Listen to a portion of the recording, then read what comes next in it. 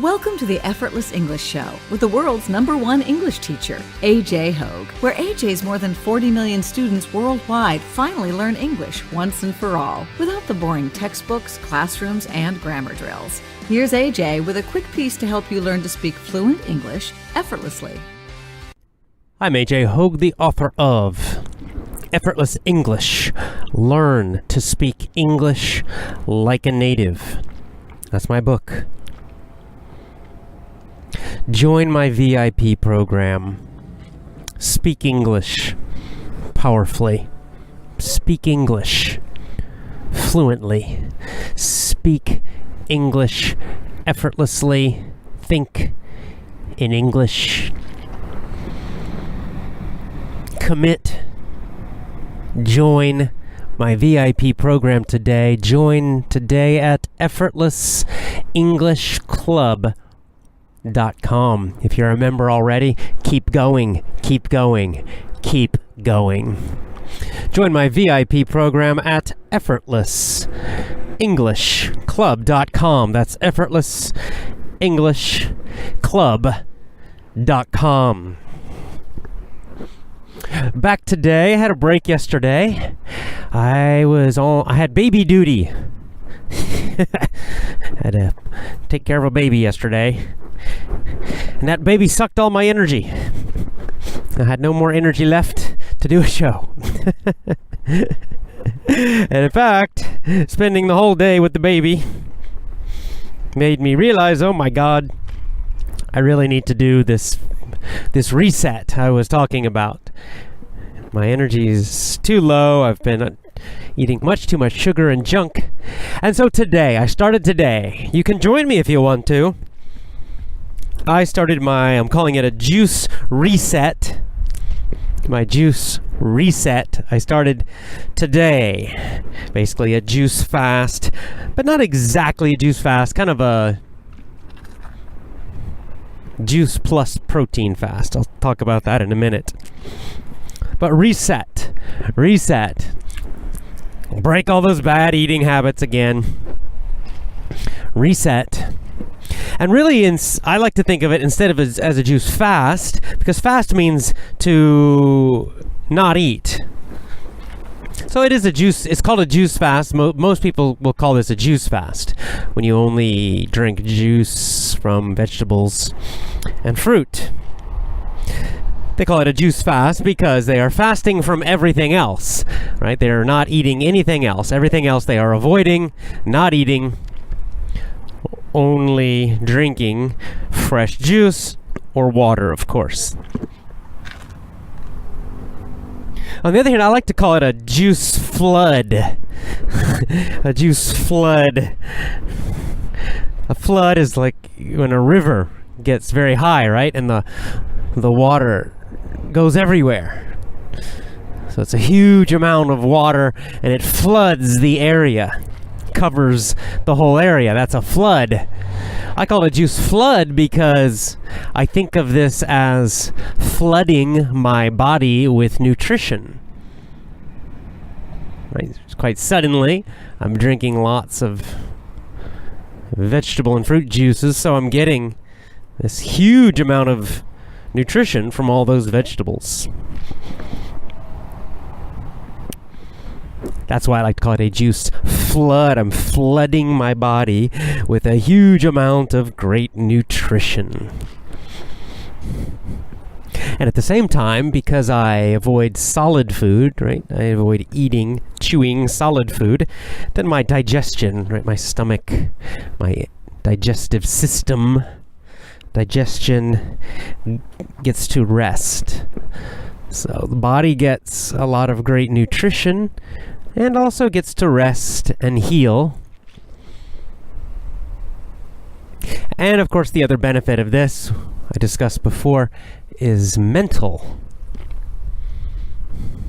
Because by doing a juice fast or juice flood, I break those bad eating habits all at the same time, very strongly. It's a big break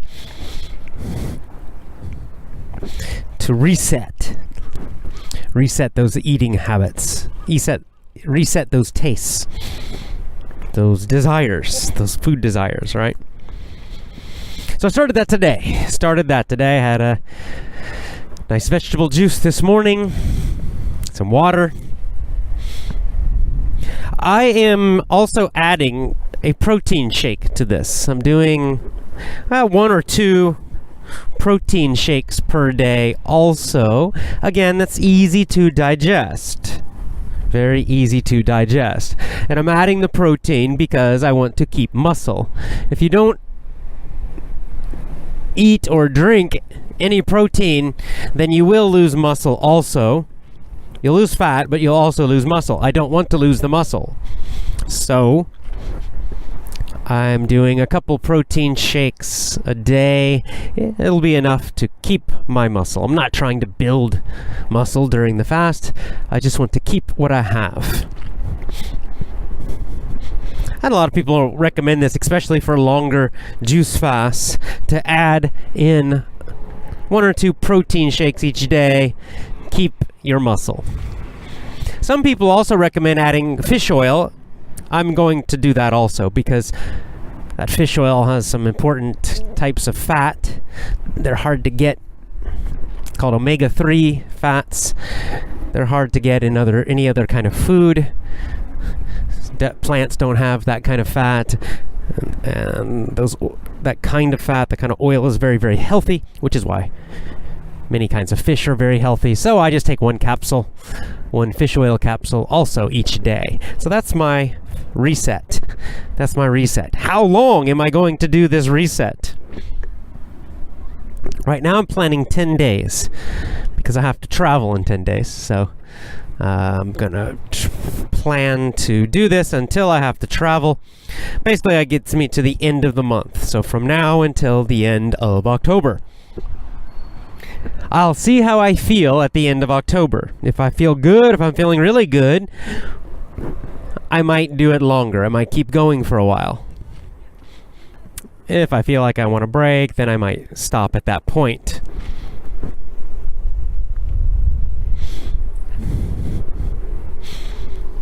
In November, I will start training for that birthday fitness challenge that I mentioned.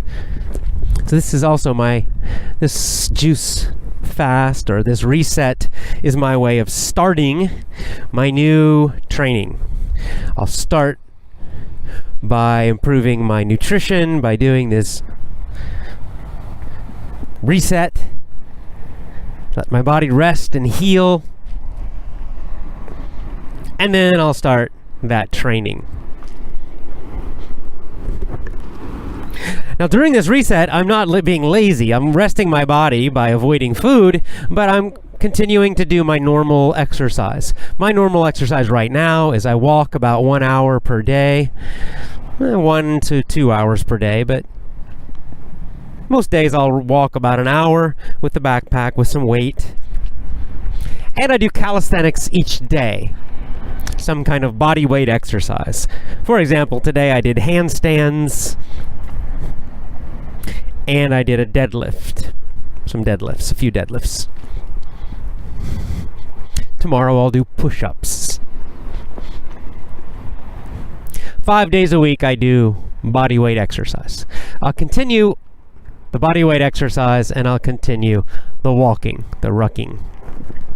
But next month, I'll start increasing my exercise. I'll start the training. So here's the challenge. If you want to join me, here's what we're going to do. I've chosen at least the first part of the challenge. You can decide and tell me on Gab if you want to join and do this also with me. We'll do it at the end of March. That's the schedule, because that's when my birthday is. End of March. So we have a lot of time to train, plenty of time, enough time to train for this, to get ready. The birthday challenge is going to be 100 kilometers, about a 100-kilometer walk. What we can also call this a ruck or a hike. Ruck comes from the word rucksack. A ruck, it's kind of a military word. It just means backpack. The military, they like to have their own name for many things. Instead of using the normal names that everybody else uses, they'll have their own name. but it's the same meaning. So in the military, they call it a ruck. The rest of the world, we call it a backpack. However, the military also, we use this word, or they use this word. I'm not in the military. They use this word ruck to also describe what they call a ruck march. A ruck march. A ruck march. March is walking. This means walking with a ruck, right? Walking with a backpack that has weight. Now in the military, they use this for hard physical training. They don't just walk with a few pounds. They walk with very heavy backpacks, and they walk long distances, and they walk in difficult terrain, difficult land, right? Up and down mountains and through water. So this is actually quite tough training if you do it that way. By adding that weight, it makes it much more difficult, right? Walking 10 miles, or 10 kilometers, let's say, that's 6 miles, that's nothing. It's very easy.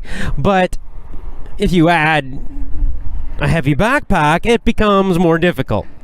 If you add hills or mountains or other difficult land, it becomes even more difficult. So they call these ruck marches in the military. But for slang, just to make it short, they'll just call it a ruck. So they use it as a noun. I'm going to go on a ruck today.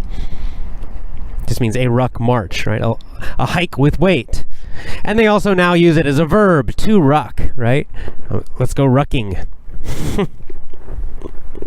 So we're going to use this because this word rucking has now, because the military guys like it, a lot of retired military guys use this word, and the Go Ruck company, they made my backpack. They're using this for their fitness challenges. So this word ruck is becoming more popular, and it just means hiking with weight. So we're going to do a ruck. It's going to be our birthday ruck challenge. R-U-C-K, ruck. My birthday ruck challenge at the end of next March. That gives us about 5 months to train. That's plenty of time. It's going to be about 100 kilometers. You can, vary that if you want to. You can make it a little longer. Mine's going to be a little longer just because of the points I'm choosing to where I want to start and where I want to end. I think I looked on Google Maps. It said my first choice, the one I'm planning to do, will be about 106 kilometers. It's around 100 kilometers, right? Just you decide. Something near you. You can get on Google Maps or another app of some kind, and just play around and find a route, a path you would like to walk that looks interesting to you or fun for you, or that's just convenient. That's fine, or that is meaningful to you in some way. Whatever, you decide. And the plan is to do this over 2 days. I'll even make it easier. We'll say 2 or 3 days. Right now I'm planning to do it in 2 days. That's about 50 kilometers per day. That's a long day walking. That's 30 miles, and that's really tough. That's probably would be the longest I've ever walked before, actually. I think the longest before for me was 26 miles. So we could say we can do it in 2 days or 3 days. 3 days would be a long weekend. You could do it Friday, Saturday, Sunday. So it's up to you. You want to make it tougher? Do it in 2 days. Now that makes it even harder. It's 50 kilometers per day, which is not easy. Even without weight, that's not easy. With weight, it's fairly difficult. 3 days, now you're looking at 30 kilometers. That's not too bad. I've done that. I've done that on the Camino. I've done that. In fact, I did that almost every day on the Camino and almost every day Shikoku. So that doing it in 3 days will still give you a nice challenge, a nice event, a nice experience. You'll still have to be in good shape. It'll give you a good goal to train for. But I think anyone can do that one. If you do it in 3 days, I think anyone could do it, even if your fitness right now is not very good. 2 days, 2 days is tough. 2 days will be tough. I'll just let you know. We'll see. We'll see as it gets closer. Each of us can decide. If you want to do 3 days, do 3 days. If you want to do 2, do 2. This is just for fun, so we don't have to make it into something that's horrible. So you decide what you want to do. So about 100 kilometers. You can make it a little less if you want to. 90 kilometers, whatever, would be fine. Or you can make it a little more. You choose. So about 100 kilometers, and then 2 or 3 days, you decide. That's it right now. That's the challenge right now.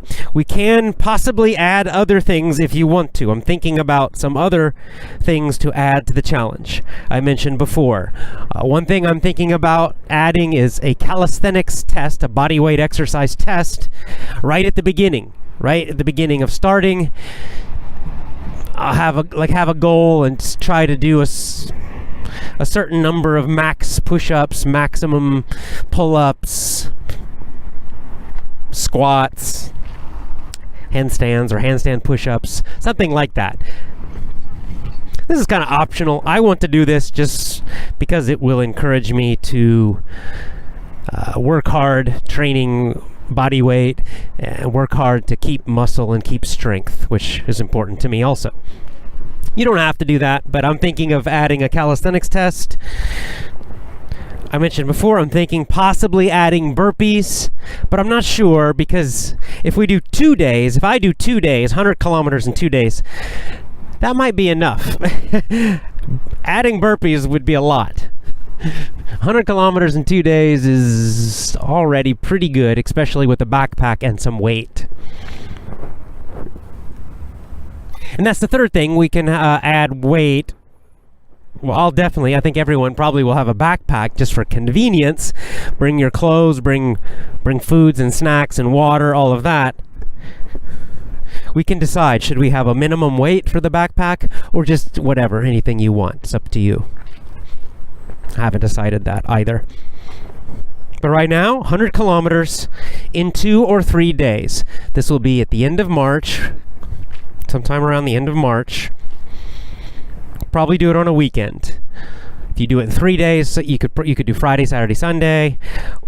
For the weekend, you do Saturday, Sunday. That's it. So start thinking about it. If this sounds interesting to you, if this sounds fun to you, start thinking about where you would like to do it.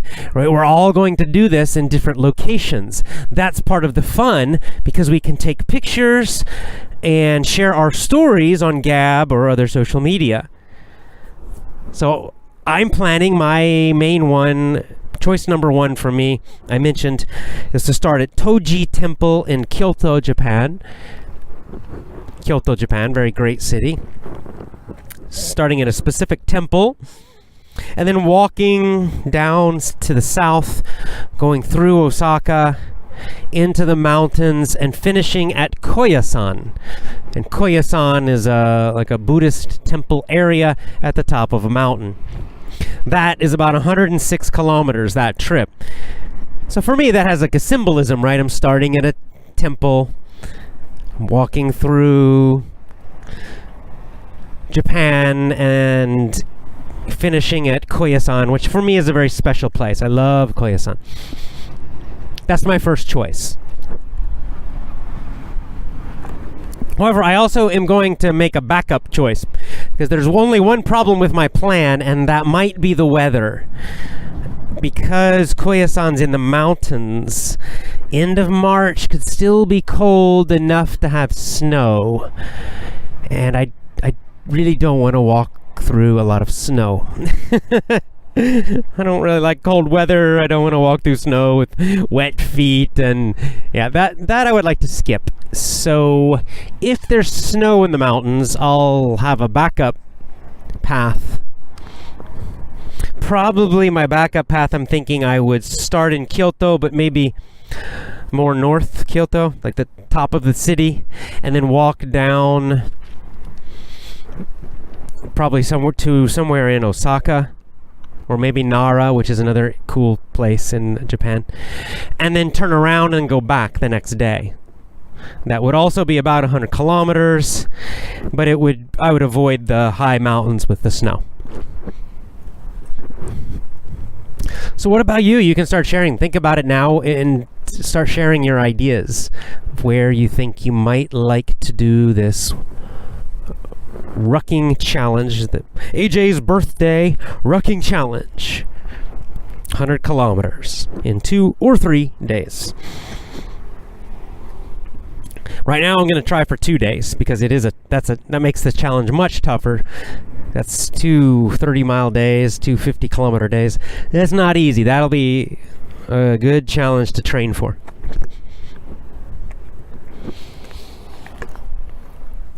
So just think about it. We have members all over the world.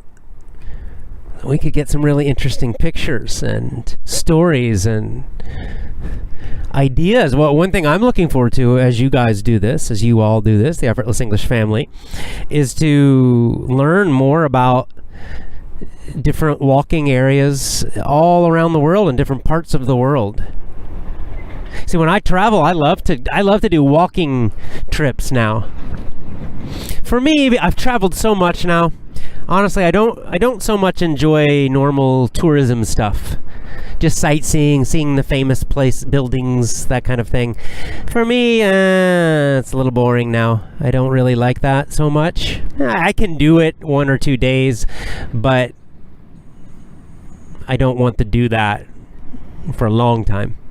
But what I really love now, what I enjoy so much, are walking trips, walking vacations, walking trips, where I go somewhere and I do a long walking trip and I can go through the countryside and through cities too, and really see the place and the culture and the people.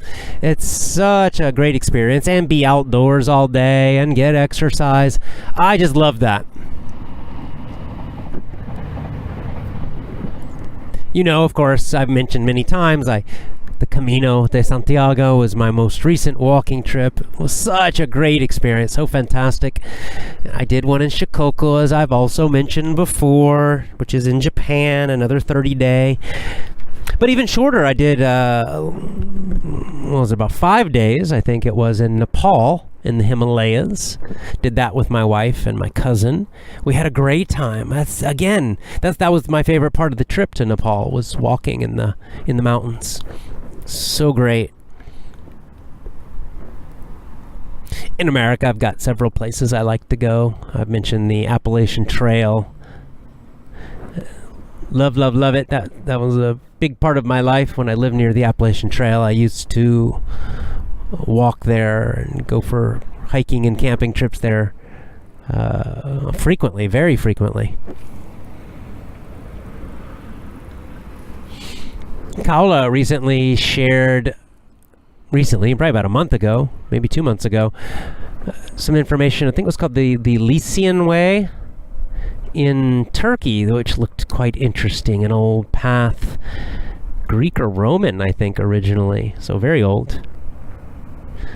Europe is covered with just a huge number of interesting paths. And of course, you can do a path that's more in nature, or you just make your own path that would, be through towns and following sidewalks and roads and things like that.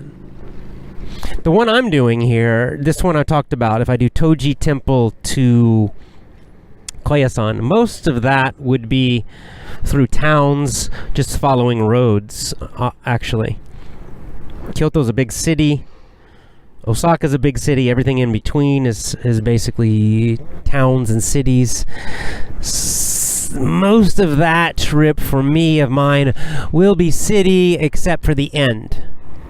The last, 30 kilometers would be then countryside and mountains. Be a nice way to end it. So you can choose anything. You can choose city. You can do it right in your own city and just walk in circles if you want to. Circle around your city until you get 100 kilometers. You could travel somewhere nearby if you want to, if you prefer nature or something different. That's also good. Just whatever, doesn't matter. And just share the different ideas you have. And if you have pictures, share the pictures. It'd be a great way for all of us to learn more about each other's countries and cool places to go walking and to get in good shape.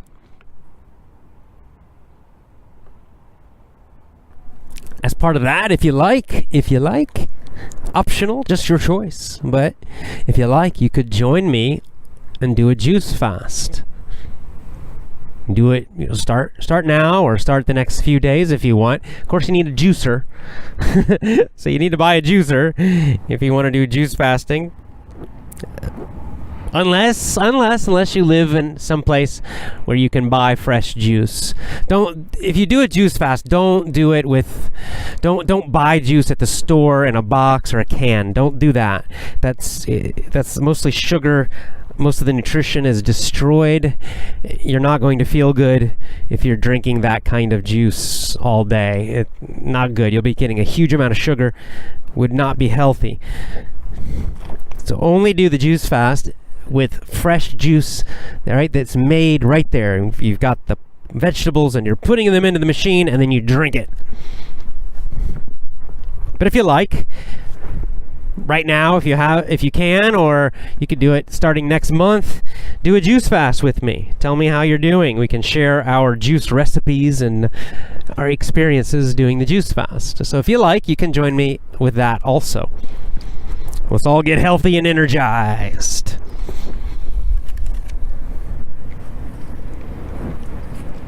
Of course, this is about being proactive with health. Talked about this in the last show also. Tomorrow we'll do our next book club, part 2 of The Alchemist. And you'll see in the next part that Santiago suddenly becomes much more proactive. You know, he made that decision. I'm an adventurer. I'm not going to be a victim. Well, something changes with him.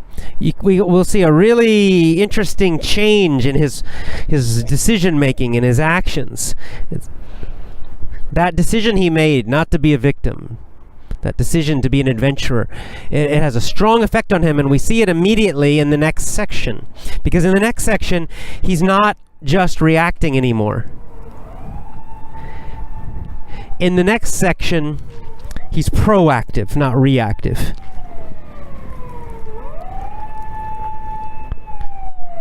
Oh, we got a siren. Looks like it's the police. I don't know why they're making noise.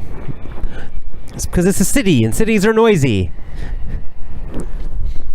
So anyway, Santiago, he's in a bad situation, we know, right? He's got no money. His money was all stolen.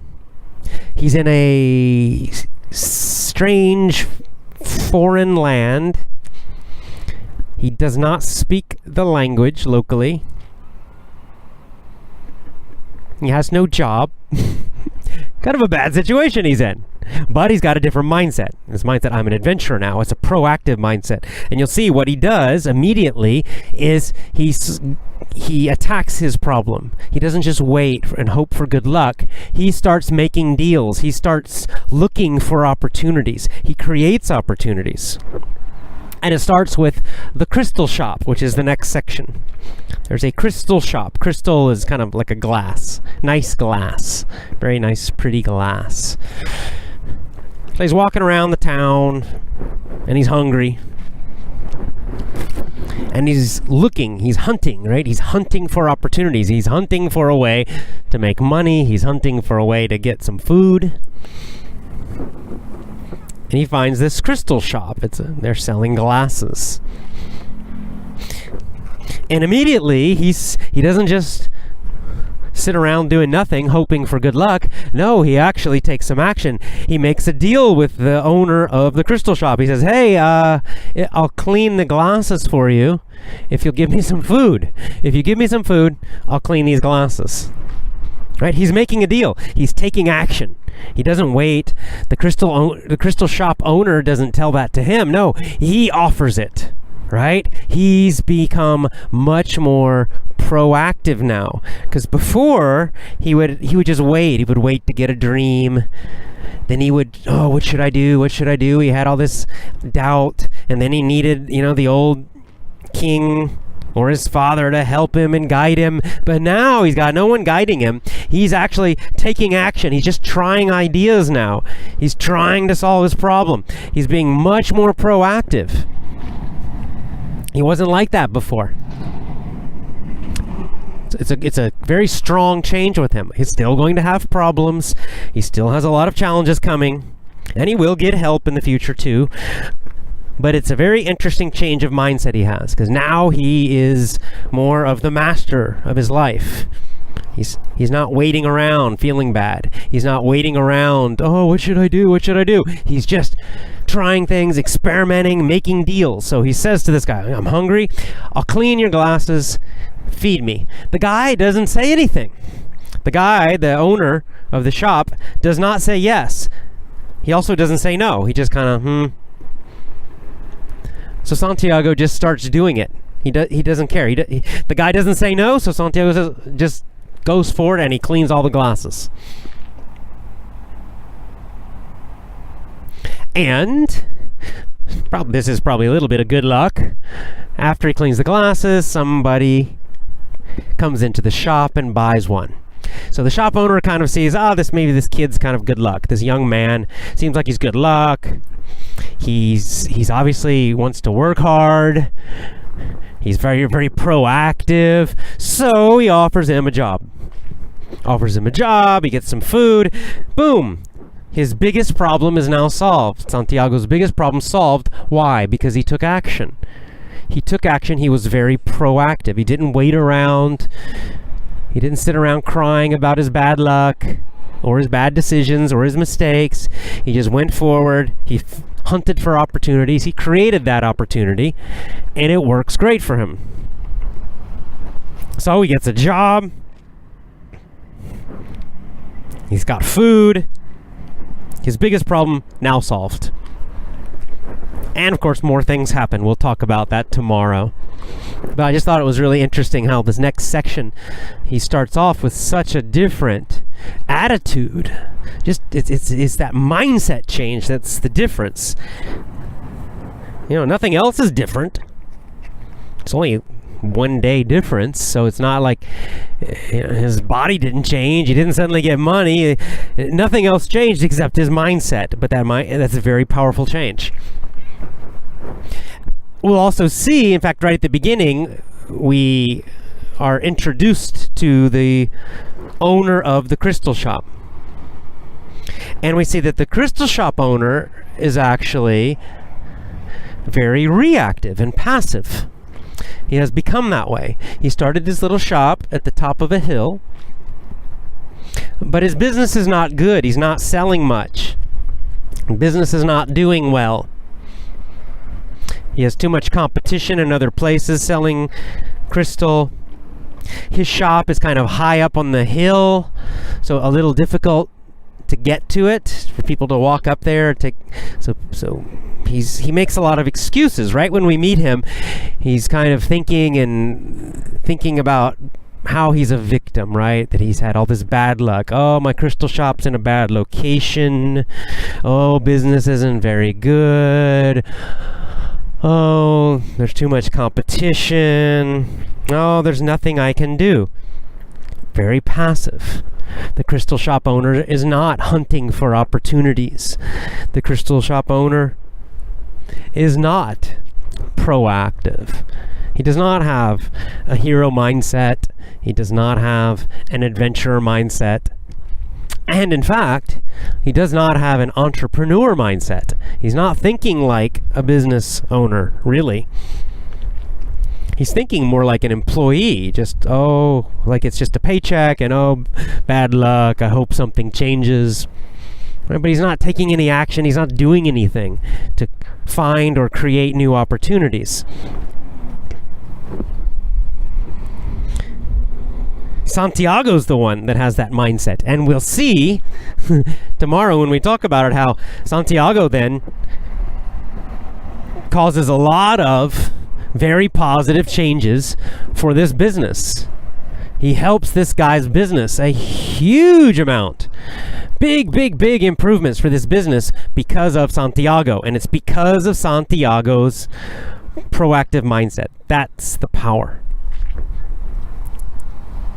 Right? Santiago's not an expert on crystal, but Santiago has a proactive mindset now.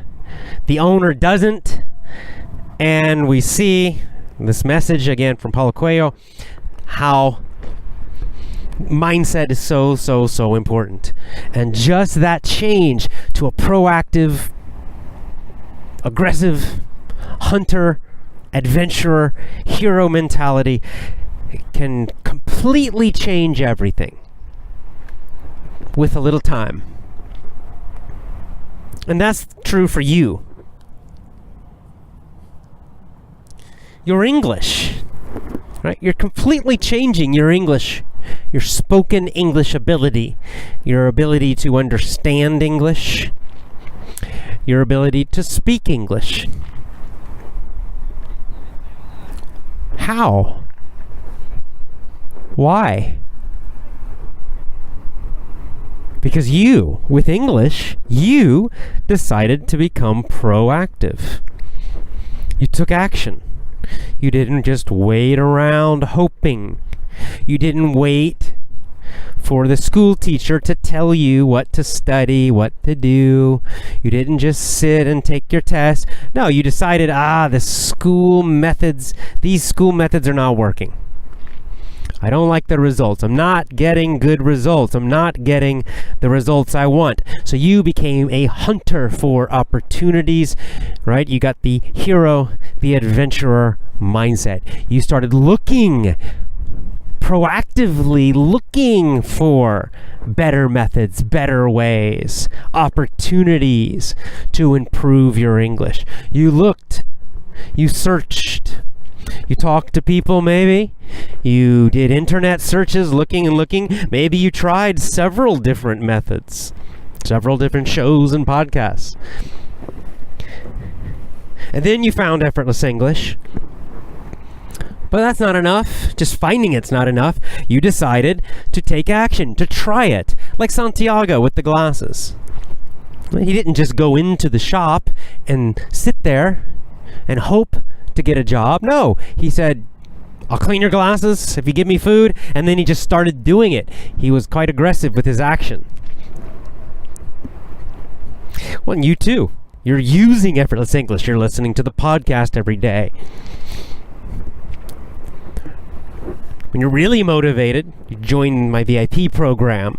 Or maybe you start with my Power English program. Right, you take action. You take that consistent action daily. Because now you're the master. Now you're the hunter. Now you are proactive. Now you are the hero of your story. That change in mindset, that's why you're getting better results with English. That's why you're becoming a fluent, powerful English speaker. That's why you will achieve, your treasure with English is, fluency, speaking like a native, almost like a native. You will achieve it because you are like Santiago. You made the same choice as Santiago. With English, you made that choice. Just like Santiago, it's not always easy. I know that. You have some months where you feel kind of lazy. Maybe you have some times where you feel frustrated. I'm not improving fast enough. Whatever. Sometimes you get busy or distracted.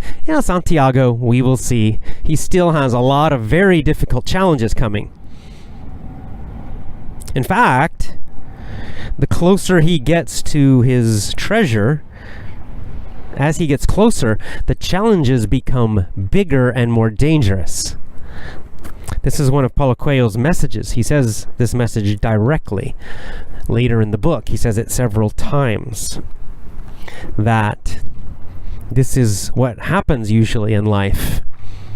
Usually in life, when you're on your journey, when you're trying to reach your purpose, your personal legend, your missions in life, what your treasure or treasures, that it's very common that as you get closer, it gets more difficult. The closer you get, it becomes tougher and tougher. The challenges get bigger. Why? Well, because you're getting stronger.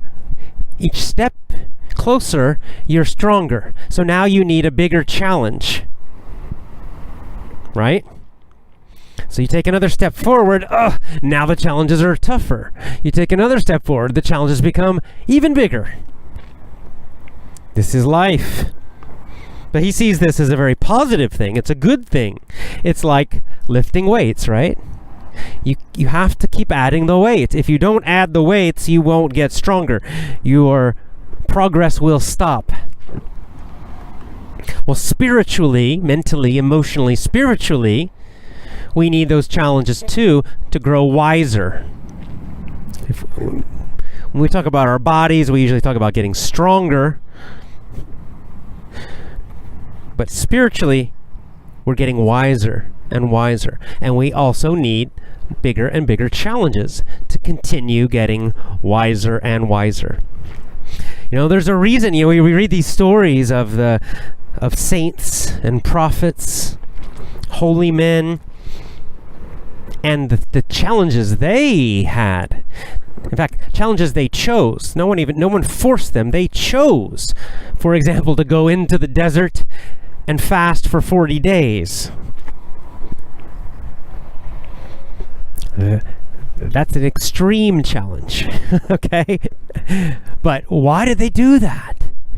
Because they needed that extreme challenge. They were already very, very wise and advanced, but they wanted to go all the way, so they had to push themselves and have that huge, huge challenge. And of course, there are many other stories of these huge challenges that these saintly people have chosen, or sometimes they don't choose them, they just happen to them. But either way, right, the challenges get tougher. So Santiago's challenges will get tougher again. It's just part of the process. Same for you. You're in English. I do not promise you, I cannot promise you won't have tough times. Of course you will. You'll have challenges. And in fact, you'll notice that as people become more and more successful, their English gets better and better. They are more and more advanced. They become fluent, for sure. They're 100%. They're fluent. But then what? Then they want to get even better. Then they want to speak like a native speaker. Then they want to have like a perfect American accent, or maybe British accent. So as they get closer, the challenge becomes bigger and bigger and more difficult. That's quite difficult to do. I created my pronunciation course, for example. For those of you who want that highest level to sound, just perfectly native or as close as they can get. Really, really clear pronunciation. Of course, that's at effortlessenglishclub.com too. But you see the point. The closer you want to get to perfection, or in this case with English, it would be being like a native speaker. Well, that becomes tougher and tougher and tougher as you get closer. That's part of the process. It's just natural. But the cool thing is that as you go, you're getting better and better and better. Just like Santiago. His path is going to get tougher and tougher. I mean, there's a point in this, well, actually, right at the end of the story, there's a couple of points where he might die. If he fails, he will die. So his life is actually in danger by the end. His life's not in danger yet. Not even close to that yet. Right? His only problem right now has been money. But the challenges are going to get more dangerous for him. They get more difficult. But at the same time, he's getting stronger and wiser, stronger and wiser, stronger and wiser. So just like you, you're going to have some challenges still. There will be times with your English where you feel frustrated. But you made the choice. You already chose the mindset of a hero. So the cool thing is that even when you feel challenged, even when you feel things are difficult, you're still improving. You're still doing really well. Other people around you are going to look at you and say, "Man, your English is so much better. You're doing great. Wow, you speak very well." And sometimes you'll feel, "Oh no, I don't know." But the reason you say "I don't know" is because now your goal is much higher. 6 months ago, you would think, "Oh my God, I'm doing great." But after you achieve your goal, after you have improved so much, you're speaking fluently, but now you have an even higher goal. So you're still going to think, well, I don't know. I'm still having some problems. This is just natural. You're a hero now. You're not satisfied with just a little improvement. That's a good thing. It's a good thing. You have made the choice, just like Santiago. That's how heroes think.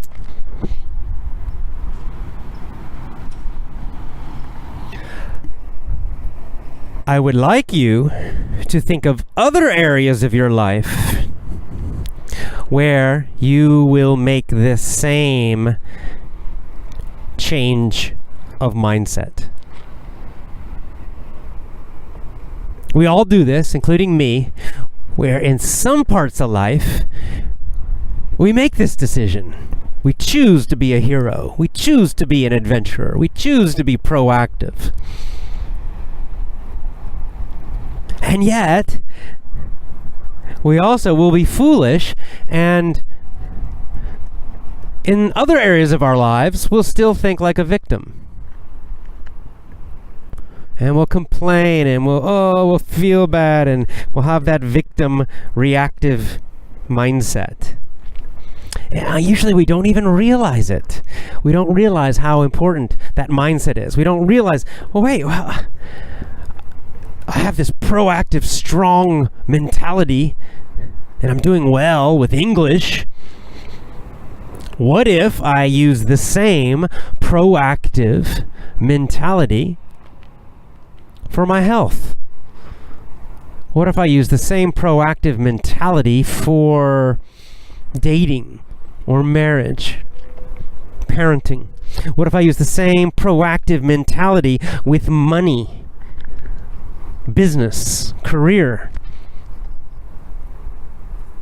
What if I use the same proactive mentality for religion, spiritual practice? That's basically what Santiago's doing. Interesting. What if you use the same proactive mentality for any area of life, whatever area of life where you feel the weakest, where you have a bad mindset, a victim mindset. Some people have it about their past, something that happened to them in the past.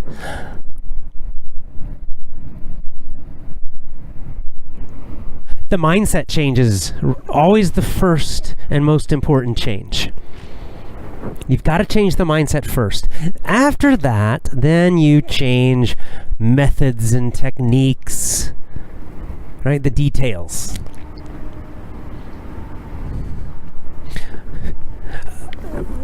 Sometimes, many times I've seen when people are stuck, they feel stuck some area of their life. They're stuck. I'll give you an example of this. Health is a good example. It's a clear example.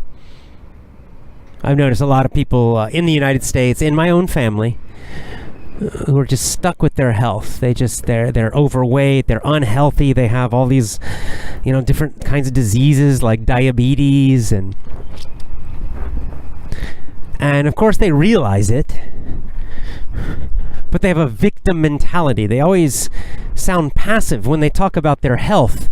They talk about it as if it sounds like they're just having bad luck. Oh yeah, my body really hurts me, and I've got diabetes now. I've got to take these drugs, and I can't lose weight. Well, that's a victim mentality. Those things didn't just happen. They didn't come from the sky. It wasn't bad luck that caused those things. It was their eating habits mostly, and also their lack of exercise. It was how they live. Of course, some bad things do happen. Injuries and bad luck and diseases. It is possible. But most people suffer in the United States because of their own choices.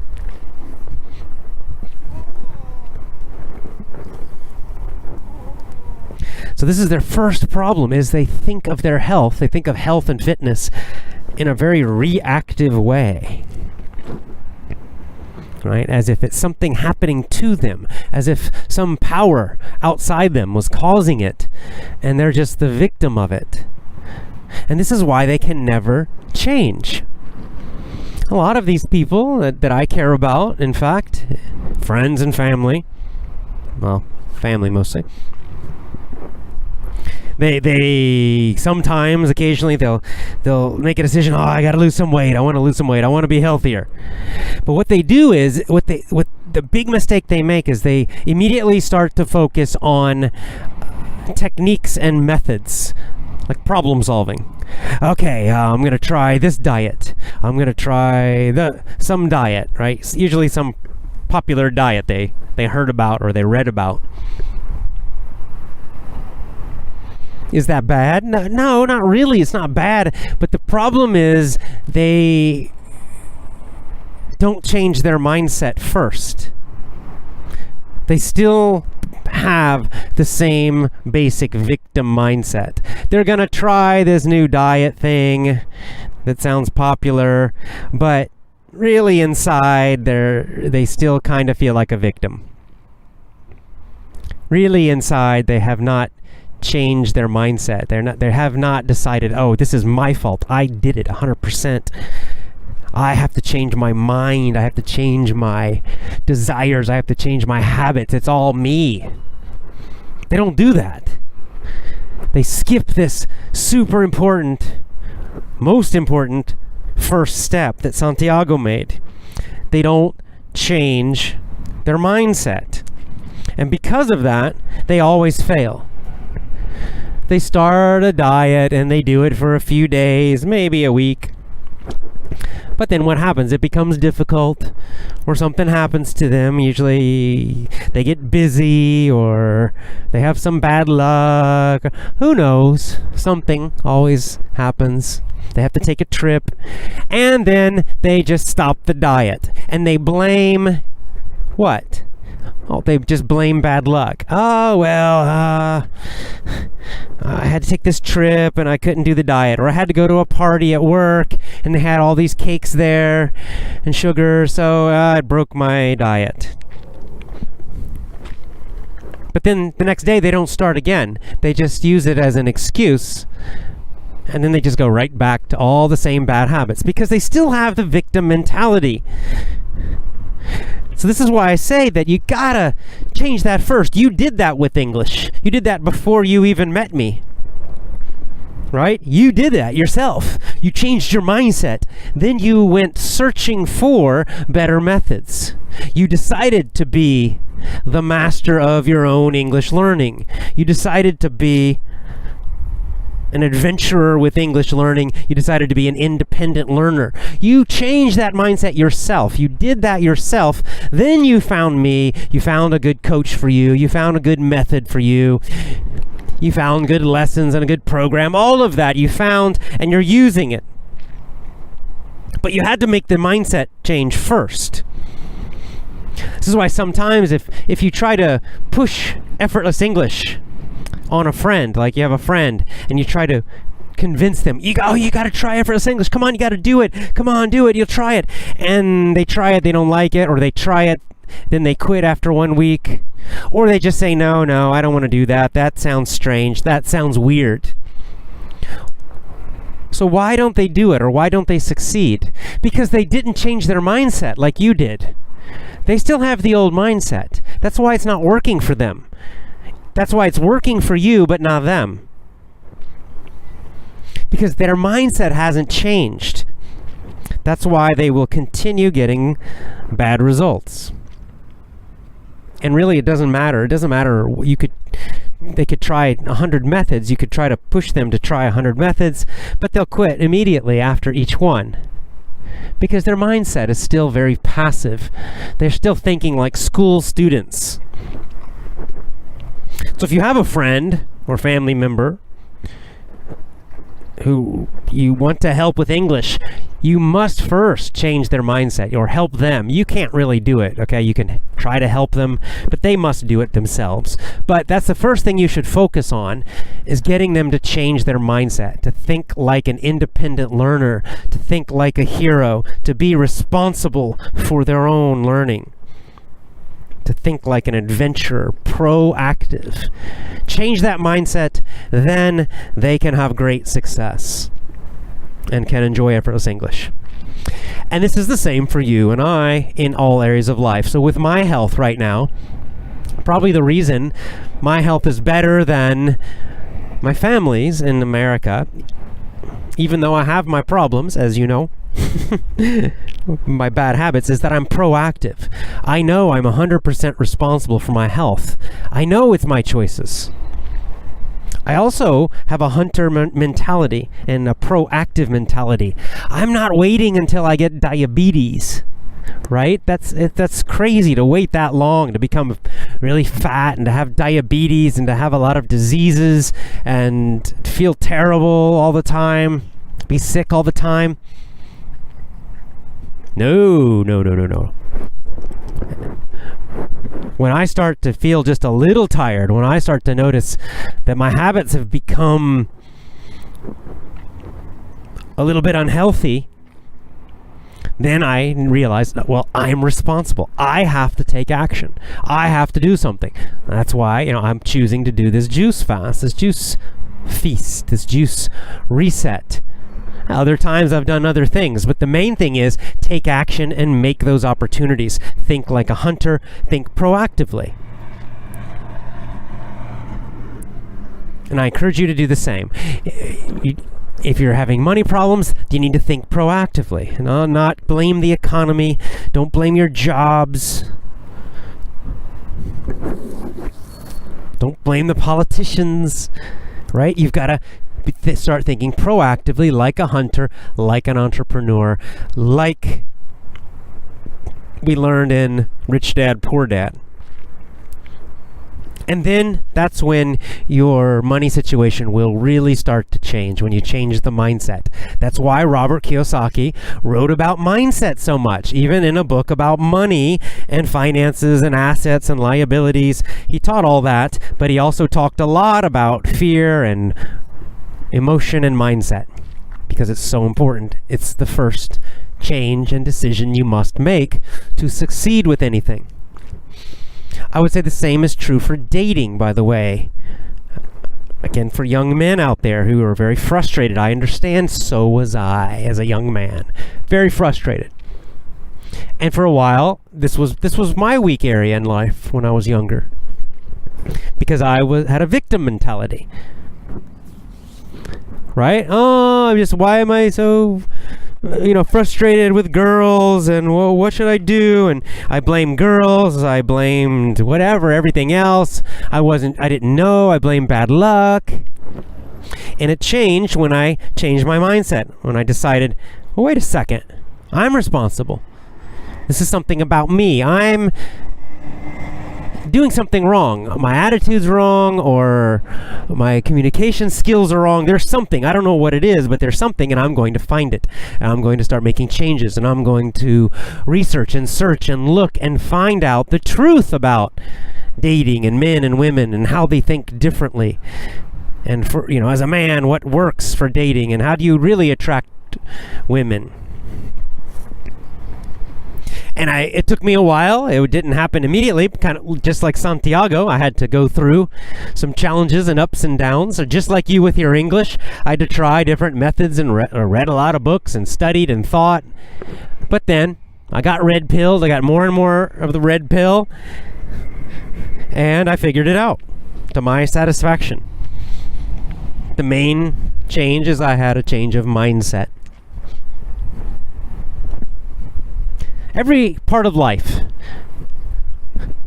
The first step, the big step, the most important step is your change of mindset to stop thinking like a victim, stop thinking reactively, change your mindset to a proactive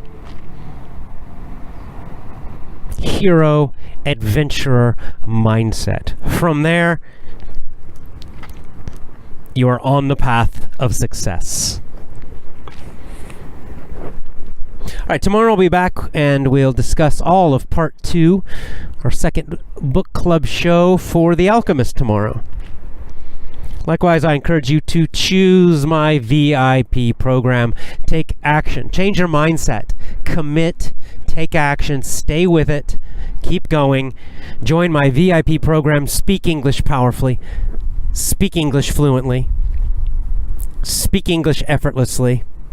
Think in English. Be an advanced English speaker. Join my VIP program now. Go to effortlessenglishclub.com. effortlessenglishclub.com. Go now to effortlessenglishclub.com.